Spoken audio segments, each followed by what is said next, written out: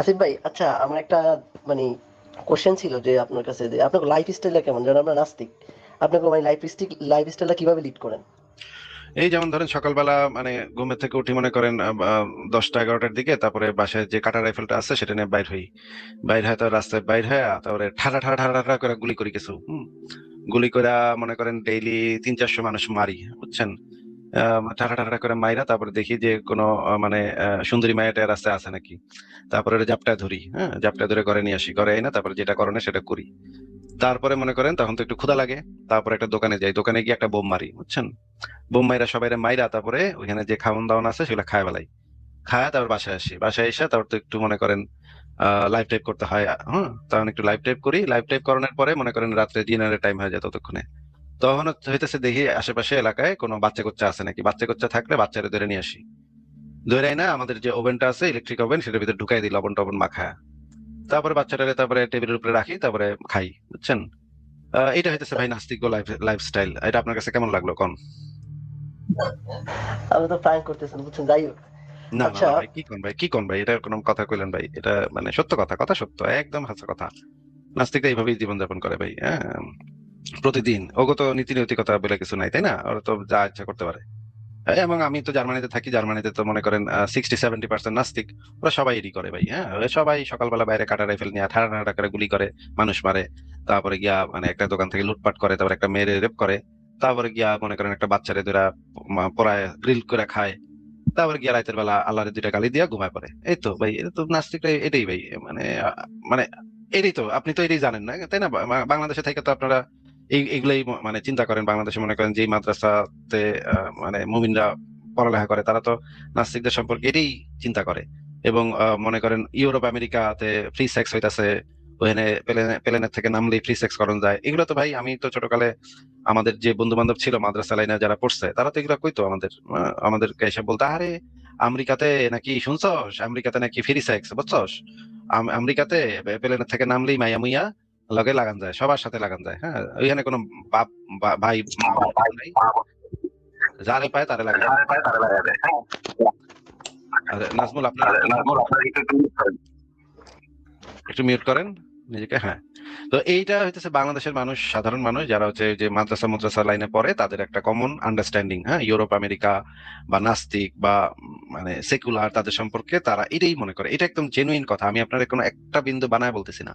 এটাই বাংলাদেশ এবং বাংলাদেশ কেন, সারা পৃথিবীর যারা ওই যে মানে ওই মাদ্রাসা লাইনে পড়ে, মানে ধর্মীয় শিক্ষা গ্রহণ করে, তাদের চোখে তাদের চিন্তায় ইউরোপ আমেরিকা সভ্য দেশগুলো হইতেছে আসলে এই রকমের একটা চিত্র। তারা মনে মনে ভাবে যে নাস্তিক, অত কোনো নীতি নৈতিকতা নাই, অত কাটালা রাইফেল নিয়ে সকালবেলা বাড়িব, ঠাড়া করে গুলি করে 200-300 মানুষ মারা লিব, তারপরে 3টা মায়ের রেপ করবো, রেপ করে তারপরে গিয়া এই ডাকাতি করব।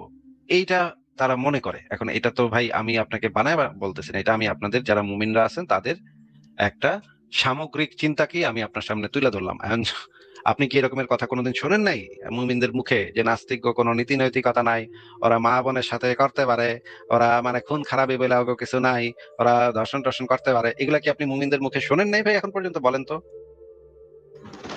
না, অ্যাকচুয়ালি আমি এখনো পর্যন্ত এরকম কিছু শুনি নাই। আপনি যেটি বলছেন, আচ্ছা, এগুলো আমি শুনি নাই।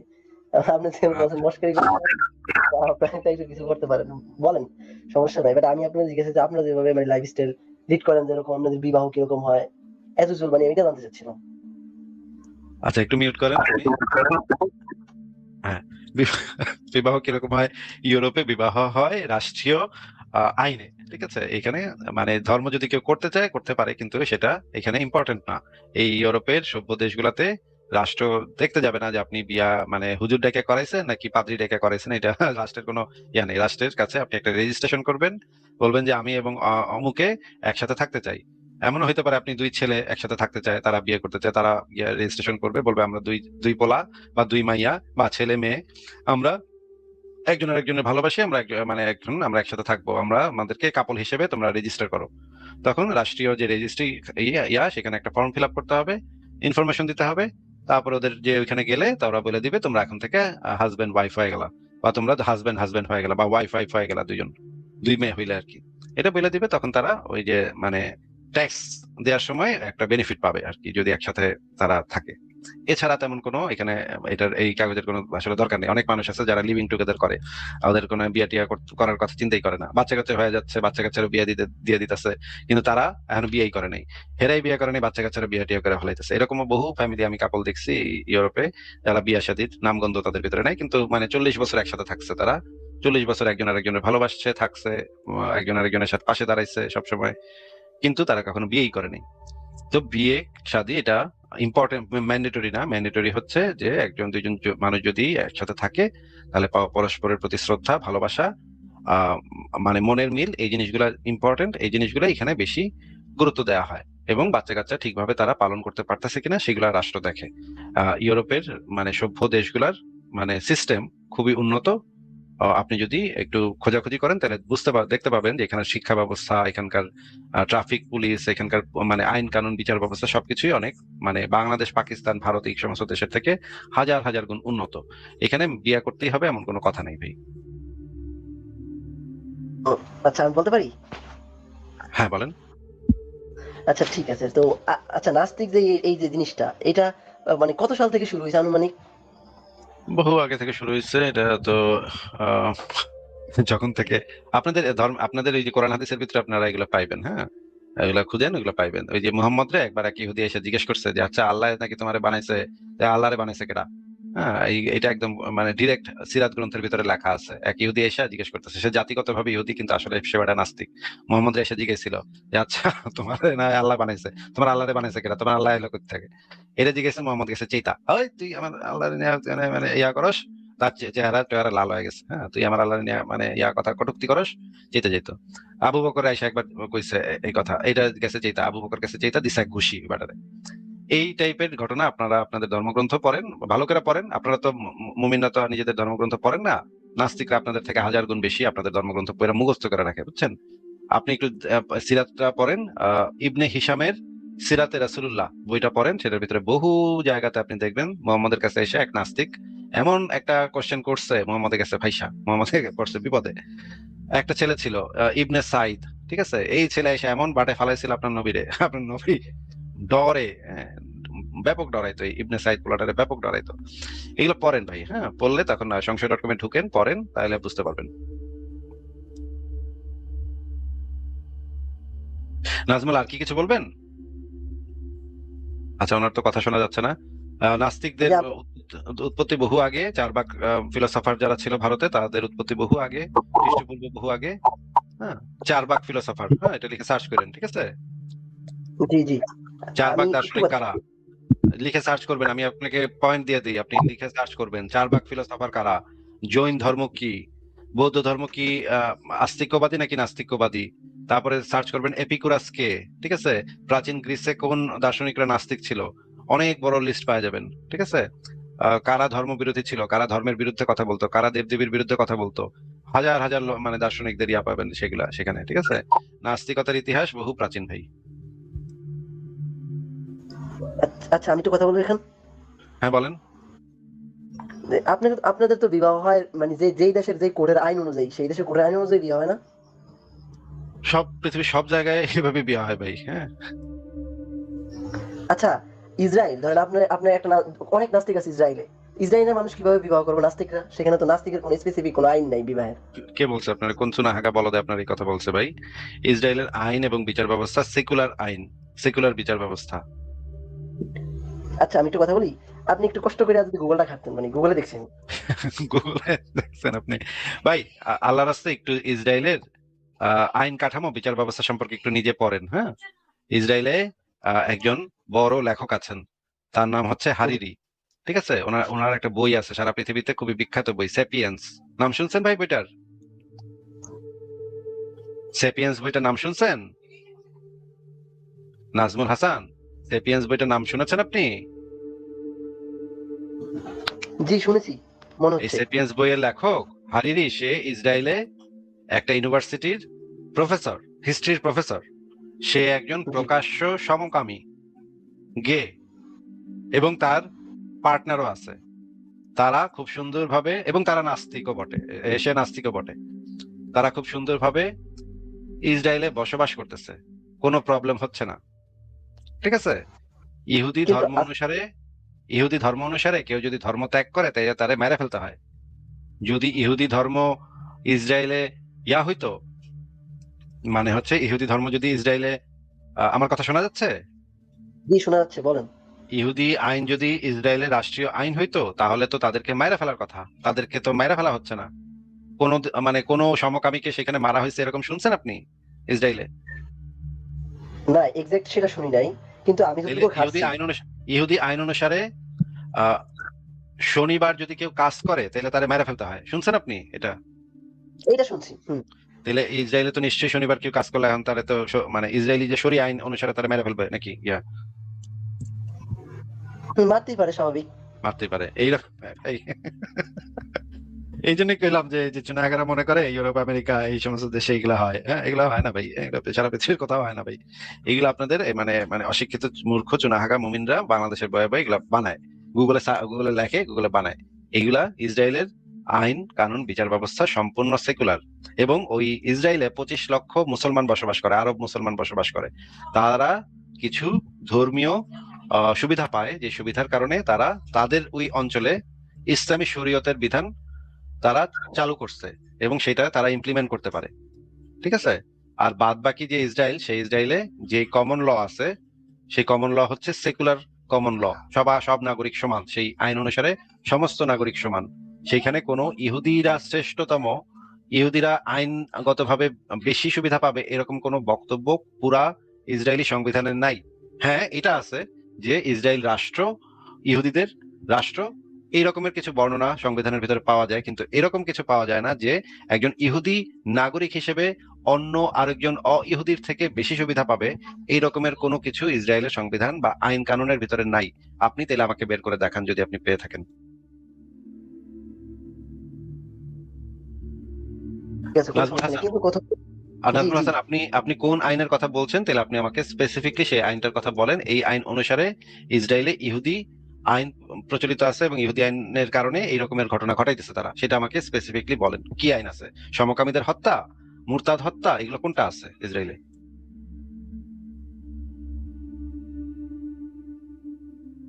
নাজমুল হাসান, আপনি গুগলে যে সার্চ করছেন, সার্চ করে যেটা পাইছেন সেটা আমাকে বলেন যে কি আইন আছে, কোন এটা ইসরায়েলের কোন আইনের কোন ধারাতে এটা লেখা আছে। নাজমুল হাসান, আপনার কথা তো শোনা যাচ্ছে না। নাজমুল হাসান, আপনি বললেন যে ইসরায়েলে নাকি ইহুদি আইন, মানে ওই কট্টর ইহুদি আইন নাকি ইসরায়েলে বলবৎ।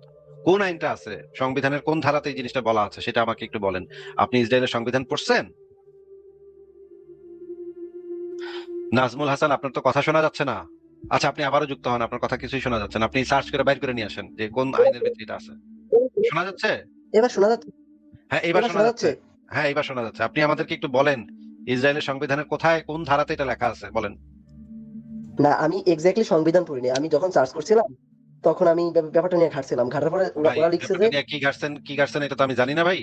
আপনাকে স্পেসিফিকলি প্রাইমারি সোর্সটা বলতে হবে যে ইসরায়েলের সংবিধানের কোন ধারাতে এই রকমের কথা বলা আছে যে প্রাচীন যে ইহুদি তালমুদের যে আইন, এটা ইসরায়েলের কমন ল বা পেনাল কোডে এটা এই রকমের একটা মানে আইন আছে, যেটা হচ্ছে তালমুদ থেকে নেওয়া হয়েছে এবং তালমুদের আইন সেটা সেখানে ইমপ্লিমেন্ট হইতেছে। সেটা আইনটা কি সেটা স্পেসিফিকলি বলেন।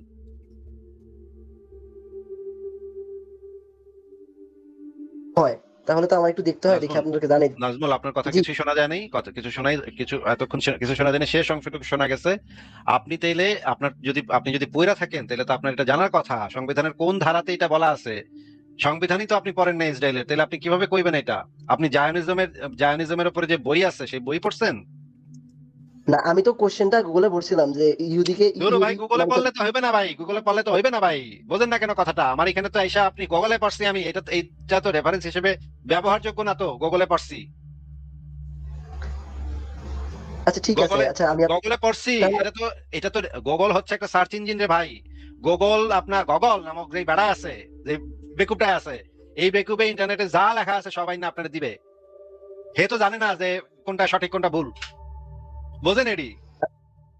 আচ্ছা, ঠিক আছে। আচ্ছা, ঠিক আছে, আপনার আপনি কথাই এটি রাখলাম। বোঝেন ঠিক কিনা আছে। এটা আগে কন, যে গুগল বাড়ায় যে ইন্টারনেটে যা পাইবে এডি আইন না আপনার সামনে উপস্থিত করবে। এডি আপনি বোঝেন? না, এটা কি হবে, যেটা এক্সাক্ট অ্যান্সার সেটাই তো দিব নাকি? না, ভুল যেটা অ্যান্সার সেটা এক্সাক্ট দিব? অ্যান্সার সেটা দিবে না। গুগল হইতেছে একটা সার্চ ইঞ্জিন রে ভাই। গুগল রে যখন আপনি গুগল বাড়ার কাছে যখন আপনি কিছু জিগাইবেন, গুগল হালার পুতে গুগল হালার পুতে দেখবে ইন্টারনেটে এই ওয়ার্ড দিয়ে কি কি পাওয়া যায়, সেটি আইন আপনার সামনে দেবে। এটা হইতেছে গুগল হালার পো, ঠিক আছে?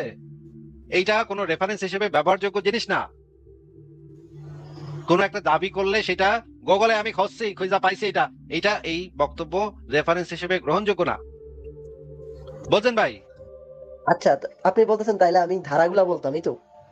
আপনার তো প্রাইমারি সোর্স পড়তে হবে। প্রাইমারি সোর্সে কি লেখা আছে, ওইটা সংবিধানে কি লেখা আছে, জায়নিজমের যে বই আছে সেই বইতে জায়নিজম বলতে কি বোঝায় সেটা আপনার সেই ডেফিনেশন পড়ে আসতে হবে, অরিজিনাল বই পড়ে আসতে হবে।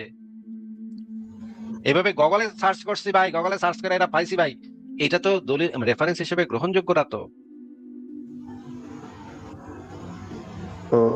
আচ্ছা ঠিক আছে তাহলে। আচ্ছা, আপনি যেটা বলছেন প্রাইমারি লেভেল, আমি তাদের সংবিধান পড়ে দেখবো। ঠিক আছে। গুগল কি জিনিস কোন তো ভাই, গুগল কি জিনিস? আর শিখা লাগবে না ভাইয়া, ওই সার্চ ইঞ্জিন হ্যাঁ, যে গুগল ওয়ার্ডটা হচ্ছে দেওয়া আছে। Search engine. সেই ইন্টারনেটে সেই কিওয়ার্ড দিয়া যা হাতের কাছে পাইবে সব আইনা আপনার সামনে তুলবে যে ভাই আমি স্যার এটা খুঁজে খুঁজে এটা পাইছি। এখন মনে করেন আপনি নিজেও একটা ওয়েবসাইট বানায় ফেলাইতে পারেন, আপনার 3 মিনিট লাগবে একটা ওয়েবসাইট বানাইতে। সেই জি জি ওয়েবসাইটের জানি। ভিতরে আপনি লেখলেন যে ইসরায়েলে মানুষে খায়া ফেলায়, হ্যাঁ, রাস্তাঘাটে এক মানুষ হাঁটতেছে, কুদ্দুসে হাঁটতেছিল, কুদ্দুসে ধইরা 3জন ইহুদি মিলে খায়া লাইছে, এটা আপনি আপনার ওয়েবসাইটে লেখলেন। গুগল দেখবে যে আপনার ওয়েবসাইটে এই জিনিসটা লেখা আছে, সে ওইটা তার ইসের ভিতরে সেভ করে রাখবে। এখন যখন আপনি গিয়ে সার্চ করবেন, আরেকবার যখন গিয়ে সার্চ করবে যে আচ্ছা ইসরায়েলে কুদ্দুসে যদি রাস্তায় হাঁটে দিলে কি হইব এর সাথে, গুগল তখন আইনা ওই আপনার ওয়েবসাইটের রেজাল্টটা আইনা আপনার সামনে দেবে যে ইসরায়েলের রাস্তা দিয়া কুদ্দুস হাঁটতেছিল, 3 ইহুদি মিল্লা খাওয়া লাইছে। এইটা সার্চ ইঞ্জিন আপনার খুঁজে দেবে। সার্চ ইঞ্জিন তো জানে না ভাই যে ওইটার ভিতরে সত্য আছে নাকি মিথ্যা আছে, এটা সার্চ ইঞ্জিন জানে না। গুগল এখন চেষ্টা করতেছে যে কোন মানে ইনফরমেশন গুলা ভ্যালিড, কোন ইনফরমেশন গুলা ভুল, সেগুলা সিলেক্ট করতে। কিন্তু এটা এত হিউজ কাজ যে গুগলের পক্ষে এটা মানে বোঝা মানে পসিবল না যে কোন ইনফরমেশন সত্য। ফ্যাক্ট চেকিং গুগলে চলে, কিন্তু এত প্রিসাইজ ফ্যাক্ট চেকিং করতে পারে না গুগল। এটা কোনো সার্চ ইঞ্জিনের পক্ষে সম্ভব না। ইন্টারনেটে এত হিউজ পরিমাণ ডেটা আছে, সেগুলাকে সবগুলাকে ফ্যাক্ট চেক করা গুগলের পক্ষে অসম্ভব ব্যাপার। আর এই কারণে আপনি গুগলে সার্চ করলে ওই যে আপনি একটা ওয়েবসাইট করছেন, সেই কুদ্দুসে ইসরায়েলি হাঁটতেছিল, ইহুদি মিল্লা খায়া লাইছে, এইটাও আইনা দেবে আপনারে। তার মানে এটা না যে সেই তথ্যটা সঠিক তথ্য। এই সঠিক তথ্যটা পেতে হইলে আপনার ওই যে ইসরায়েলের যে সংবিধান, ওদের যে আইনের ধারাগুলা, সেগুলো আপনার পড়তে হবে। পড়ার পর আপনি সেটা নিয়ে আমার সাথে আলোচনা করতে আসতে পারবেন। এছাড়া তো আপনি আলোচনা করতে আসতে পারবেন না। গুগলে জিগাইছি ভাই, গুগলে আমার এটা কইছে, এটা তো ভাই আলোচনা করার পদ্ধতি না আমাদের। আচ্ছা ঠিক আছে, আচ্ছা ঠিক আছে, ঠিক আছে। ঠিক আছে, আগে ভালো করে মানে গবেষণা করেন তারপরে আইসেন। ঠিক আছে, তাহলে আজকে আপনাকে বিদায় দিই, ঠিক আছে? আমার বিদে আরেকটা কোশ্চেন ছিল। আচ্ছা করেন। আপনারা তো আল্লাহকে বিশ্বাস করেন না, কোন আল্লাহ কি না, না দেব দেবী, কিছুই তো বিশ্বাস করেন না, না? যেগুলোর প্রমাণ নেই সেগুলো কেন বিশ্বাস করবো ভাই? প্রমাণ দিছেন? ও আচ্ছা। আচ্ছা, আমি যদি বলি আপনার প্রমাণ প্রমাণ চাই না, আপনি তো বিজ্ঞান বিশ্বাস করেন তাই না? না, আমি কোনো কিছু বিশ্বাস করি না। বিজ্ঞান বিশ্বাস না করলে কিভাবে হবে? আপনি তো প্রমাণ চাচ্ছেন, তো বিজ্ঞান তো বিশ্বাস করেন যে বিজ্ঞান সত্য। বললাম তো ভাই, বিশ্বাস করি না ভাই, কোনো কিছু বিশ্বাস করি না ভাই। বিশ্বাস শব্দটার মানে হচ্ছে আপনি কোনো কিছু প্রমাণ ছাড়াই সেই জিনিসটাকে সত্য হিসেবে একসেপ্ট করছেন। Accept something is true without any evidence, এটাকে বলা হয় বিশ্বাস। এখন সেটার পক্ষে এভিডেন্স থাকতেও পারে, নাও থাকতে পারে, কিন্তু আপনি গ্রহণ করছেন এভিডেন্স ছাড়াই। যখন আপনি গ্রহণ করছেন তখন সেটাকে বলা হয় বিশ্বাস, ঠিক আছে? হুম। আর যদি আপনি সেটাকে এভিডেন্স সহ গ্রহণ করেন, তাহলে আপনি সেই জিনিসটাকে আপনি মেনে নিছেন, মানে সত্য হিসেবে একসেপ্ট করছেন, ঠিক আছে? এই জি। দুটোর ভিতরে পার্থক্য আছে। মনে করেন সূর্য যে পূর্ব দিকে ওঠে, আচ্ছা সূর্যকে কি আপনি বিশ্বাস করেন? ডেফিনেটলি বিশ্বাস করি, দেখি। সূর্যকে তো কেউ বিশ্বাস করতে পারে না ভাই। সূর্য তো বিশ্বাস করার মতো বস্তু না, সূর্য তো আমরা দেখতেই আছি, এটা আবার বিশ্বাস করে কেমনে ভাই? মনে করেন এটা আছে মানে আপনি মনে করেন আপনার দোস্ত কুদ্দুসরে আপনি বিশ্বাস করেন? বিশ্বাস করতেও পারি, আবার নাও করতে পারি। সে যদি আমার সাথে ভালো ব্যবহার করে বা কোন একটা কাজ আমার পছন্দ, তাহলে তাকে তো বিশ্বাস করতে আরে পারি। ভাই, সব একটু ভালো করে আমার প্রশ্নটা বুঝেন ভাই। হ্যাঁ, কুদ্দুস বইলা যে আপনার একটা দোস্ত আছে, মনে করেন আছে আসলে, তার অস্তিত্ব, সেইটাতে বিশ্বাস করা এক জিনিস। আর কুদ্দুসে আপনার টাকা দান নিয়ে আবার টাকা ফেরত দিব, এইটা বিশ্বাস করা ভিন্ন জিনিস নাকি ভাই? না না, এটা এটা ভিন্ন জিনিস না। এটা তাকে একই আগে জিনিস। জাজ করতে হবে। তাকে এটা না না, এটা আমি একই জিনিস। না, ভাই তাকে ভাইরে জাজ করতে হবে। ভাইরে প্রশ্নটা, আমার কথাটা ভালো করে শুনেন, শুই না মাথাটারে খাটান একটু, হ্যাঁ, গিলুটারে খাটান আর কি আগে, তারপরে বক বক করেন। আমি আপনাকে বলেছি আপনার দোস্ত আছে কুদ্দুস, সেই কুদ্দুস নামক যে একজন মানুষ আছে, তার অস্তিত্ব আছে, সে যে একটা অস্তিত্বশীল সত্তা, এইটা বিশ্বাস করা এক জিনিস। আর তার উপরে আপনার একটা আস্থা আছে, সে আপনার টাকা ফেরত দিব, টাকা নিলে টাকা ফেরত দিব, এইটা বিশ্বাস করা আরেক জিনিস। এই দুইটা বিশ্বাসের ভিতরে কি পার্থক্য আছে নাকি একই জিনিস দুইটা? না, এই দুটার ভিতরে অবশ্যই পার্থক্য আছে। আচ্ছা, পার্থক্য কি আছে সেটা কোন? যেমন টাকা ফেরত দিলে সে আমার বিশ্বস্ত, মানে বিশ্বস্ত লোক। আবার যদি ধরেন যে তাকে আমি জাস্ট আমার ফ্রেন্ড, কোনোদিন টেস্ট মানে কোনো যাচাই বাছাই করি নাই, তাকে তো অবশ্যই আমি বিশ্বাস করতে পারি না। বাইরে আমি যে কি বলতেছি, ওর মাথায়, এর মাথায় কিছু ঢুকতেছে না, এই জন্য এই জন্য ভাই, আহ আচ্ছা, আরো সহজভাবে বোঝানোর চেষ্টা করি, দেখি বোঝেন কিনা। মনে করেন যে আপনার একটা বন্ধুর নাম কোন, কে একটা বন্ধু আছে, নাম কোন তার? ধরেন আমার বন্ধুর নাম তামিম, ধরেন তামিম। তামিম, হ্যাঁ। তামিম বলে যে একজন মানুষ অস্তিত্বে আছে, অস্তিত্বশীল, মানে সে যে বাইচে আছে, বা সে যে একজন হুম। মানুষ, এইটাতে বিশ্বাস করা এক এক রকমের, এখানে বিশ্বাস শব্দটা ব্যবহৃত হইতেছে একভাবে। আর তারে আপনি বিশ্বাস করে কিছু টাকা তার কাছে রেখে দিলেন, একটা আপনার মোবাইলটা তার কাছে কিছুক্ষণ রাখলেন, যে আপনার বিশ্বাস হইতেছে সে আপনার মোবাইলটা গুতাগুতি করবো না, নষ্ট করে লাইবো না, বা চুরি করবো না, এইটা আপনার আস্থা আছে তার প্রতি। এই বিশ্বাস, এখানে বিশ্বাস শব্দটা তো একদম ভিন্নভাবে ব্যবহৃত হইতেছে। দুইটা তো আকাশ পাতাল পার্থক্য, নাকি? একই শব্দ, আচ্ছা, কিন্তু এই শব্দ দুইটা আমি যখন দুইটা সেন্টেন্সে ব্যবহার করলাম, তখন তো একদম সম্পূর্ণ ভিন্নভাবে আমি ব্যবহার করতেছি। এটা বুঝেন? এর সাথে বাচ্চা আছে, হ্যাঁ এটা আলাদা জিনিস, ওইটা আলাদা জিনিস, হ্যাঁ ঠিক আছে। তাহলে আমি এখানে দুইটা সেন্টেন্সে বিশ্বাস শব্দটা একদম সম্পূর্ণ ভিন্নভাবে ব্যবহার করতেছি না? হ্যাঁ ব্যবহার করতেছেন, কিন্তু আমার কথা যে তামিম নামে একটা এখন অস্তিত্ব আছে, সে বাচ্চা আছে, তো তাকে আমি বিশ্বাস তামিম কিভাবে তামিম এটা বলে না। তামিম তামিম নামে যে আছে, তাকে তো আপনি নিজের চোখে দেখছেন, তার সাথে কথাবার্তা বলছেন। এইখানে আসলে বিশ্বাস শব্দটা প্রযোজ্যই না। এইখানে আপনি কখনো বলেন না যে আপনি তামিম নামক যে দোস্ত আছে, সে যে আসলে মানুষ এবং অস্তিত্বশীল একটা সত্তা, এটা আমি বিশ্বাস করি। এইটা আমরা কেউ কখনো বলি না। আমরা কেউ কখনো বলি না যে সূর্য আছে, এটা আমি বিশ্বাস করি। আমেরিকা নামক একটা দেশ আছে, এটা আমি বিশ্বাস করি। চাঁদ আছে, এটা আমি বিশ্বাস করি। এরকমের কথা বাংলা ভাষায় কখনো ব্যবহৃত হয় না। এরকমের যদি আপনি ব্যবহার করেন, তাহলে আপনি বিশ্বাস শব্দটার অর্থই বুঝেন না। আপনার যে একজন মা আছে, সেটা আপনি বিশ্বাস করেন না, সেটা আপনি জানেন। সেটা আপনি জানেন। বিশ্বাস করা আর জানা ভিন্ন জিনিস। বিশ্বাস করার প্রশ্ন আসে তখন যখন এইটার সপক্ষে এভিডেন্সের অভাব আছে, তখন সেই বিশ্বাস শব্দটা অ্যাপ্লিকেবল হয়। বুঝছেন ভাই? জি। যেমন ধরেন, আমি মামদবতে বিশ্বাস করি, কুদ্দুসে মা কালীরে বিশ্বাস করে, কলিমুদ্দিন আল্লাহরে বিশ্বাস করে, সখিনা ফেরেস্তারে বিশ্বাস করে। এই যে যেই এই কথাগুলো বললাম, এই কথাগুলাতে বিশ্বাস শব্দটা ঠিকভাবে ব্যবহৃত হয়েছে। এই সমস্ত বিষয়, মামদভূত, মা কালী, শাকচুন্নি, পেতনি, ভূত, জিন, আল্লাহ, ফেরেস্তা, এই সমস্ত জায়গায় বিশ্বাস শব্দটা অ্যাপ্লিকেবল, কারণ এগুলোর সপক্ষে কোনো প্রমাণ নাই। এই কারণে বিশ্বাস শব্দটা এই সমস্ত জায়গাতে প্রযোজ্য। কিন্তু আমি আমেরিকাতে বিশ্বাস করি, এরকম কথা কেউ কখনো বলে? আমি আমেরিকাতে বিশ্বাস করি, এটা কেউ বলে? শুনছেন কখনো? না, যত জানে। আমি আহ তারেক জিয়ারে বিশ্বাস করি, তারেক জিয়ারে বিশ্বাস করি, এটা যদি কেউ বলে, তার মানে সে আসলে তারেক জিয়ার অস্তিত্বে বিশ্বাস করি এটা বোঝাচ্ছে না। সে এটা বোঝাচ্ছে যে তারেক জিয়া একজন ভালো মানুষ, তার উপর তার আস্থা আছে, এটা সে বুঝাইতেছে, তাই না ভাই? হুম। এই কারণেই এই বিশ্বাস শব্দটা ভিন্ন ভিন্ন জায়গাতে ভিন্ন ভিন্ন ভাবে ব্যবহৃত হয়। কিন্তু এই বিশ্বাস শব্দটার অরিজিনাল মিনিং হচ্ছে কোনো এভিডেন্স ছাড়াই কোনো কিছুকে সত্য হিসেবে গ্রহণ করা। এখন আপনি আমাকে জিজ্ঞেস করছেন আমি বিজ্ঞান বিশ্বাস করি কিনা। না ভাই, আমি বিজ্ঞান বিশ্বাস করি না। বিজ্ঞান বিশ্বাস করার কোনো প্রয়োজন নাই। বিজ্ঞানের কাছে এভিডেন্স আছে। বিশ্বাসের সংজ্ঞাটা হইতেছে এভিডেন্স ছাড়া কোনো কিছুকে সত্য হিসেবে মেনে নেয়া, সেইটা হচ্ছে বিশ্বাস। তাহলে বিজ্ঞানের কাছে তো সবকিছুর এভিডেন্স আছে, তাহলে আমার হুদাহুদি কেন এটা বিশ্বাস করতে হইব? বিশ্বাস করার দরকার পড়বো হইতেছে আল্লাহ বিল্লাহ আল্লাহ ফেরেস্তা জিন টিন মালি কালী মালি শিব টিব এর বেলায় বিশ্বাস শব্দটা অ্যাপ্লিকেবল। কেউ আল্লাহরে বিশ্বাস করব, কেউ শিবের বিশ্বাস করব, কেউ বিশ্বাস করব জিউসে, কেউ বিশ্বাস করব থররে, কেউ বিশ্বাস করব মামদভূতে, কেউ বিশ্বাস করব শাকচুন্নিতে। এই দিনে বিশ্বাস করার স্কোপ আছে। বিজ্ঞানে বিশ্বাসের কোনো স্কোপ নাই।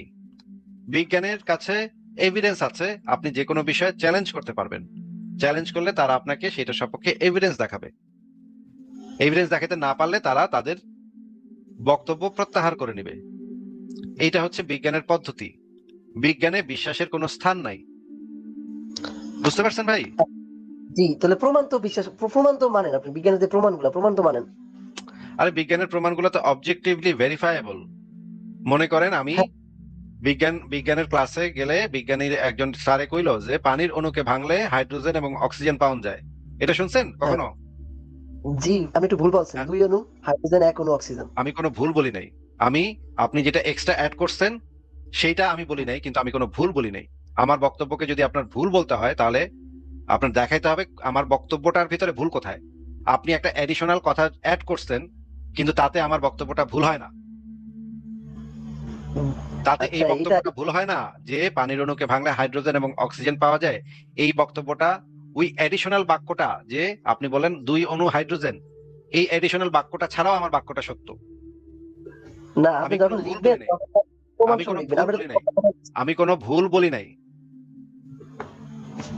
এই আমি এই তো কথা টাইপের বলদামি করেন, এই টাইপের বলদামি করেন। কোন জায়গায় এই টাইপের বলদামি করতে আসেন সেটা আপনারা বুঝেন না ভাই। হ্যাঁ, কোন জায়গায় এই টাইপের বলদের মতো কথা বলতে হবে, কোন জায়গায় কি বলতে হবে সেটা আপনারা বুঝেন না। চুনাহাকা মাদ্রাসা থেকে উঠে আসছেন তো, এগুলো বুঝেন না।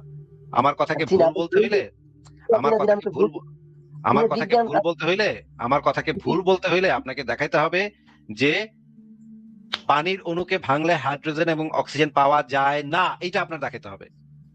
এটার সাথে যদি আপনি অ্যাডিশনাল কিছু যুক্ত করেন তাতে এই বাক্যটা ভুল হয় না।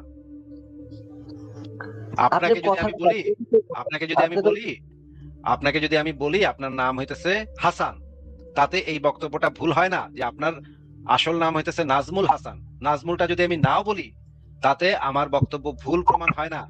আরে বেকুব, এই যে আরে আরে ভাই, এই যে শুনেন শুনেন। চুনাহাগা মাদ্রাসা, আমি মিউট করে রাখতেছি। এই যে চুনাহাগা বলদ মাদ্রাসা থেকে এই উচ্ছা আসে পাশা চুলকাইতে চুলকাইতে এই টাইপের চুনাহাগা বলদ গুলা, মানে কত বড় বলদ এগুলা, কত বড় যে মানে খাইস্টা বলদ এগুলা, একেবারে অশিক্ষিত মূর্খ গোয়ার গোবিন্দ বলে আমার বক্তব্যটা নাকি ভুল। আমার বক্তব্যটাকে ভুল প্রমাণ করতে হইলে তার দেখাইতে হবে যে পানির অণুকে ভাঙলে হাইড্রোজেন এবং অক্সিজেন পাওয়া যায় না, এইটা দেখাইতে হবে। সেটা কত অণু পাওয়া যায়, কত অণু পাওয়া যায় না, সেইটা এখানে আমার বক্তব্যটাকে ভুল প্রমাণ করে না। আমার বক্তব্যটার সাথে কিছু এডিশনাল কথা যুক্ত করা যায়, কিন্তু তাতে আমার বক্তব্যটা ভুল হয় না। এত বলদ কেমনে হয় মানুষ, এত সুনাহাগা কেমনে হয় ভাই? হ্যাঁ, এত বলদের বাচ্চা বলদ কেমনে জন্মায়? মানে এগুলারে মানে আয়োডিন যুক্ত লবণ টবণ খায় না বাংলাদেশের মহিলারা, পেটে যখন এগুলো থাকে তখন আয়োডিন যুক্ত লবণ টবণ খায় না, এই পয়দা হয় রে ভাই। ভালোভাবে এর সাথে কথা বলতেছিলাম কিন্তু মেজাজটা দিল খারাপ করে।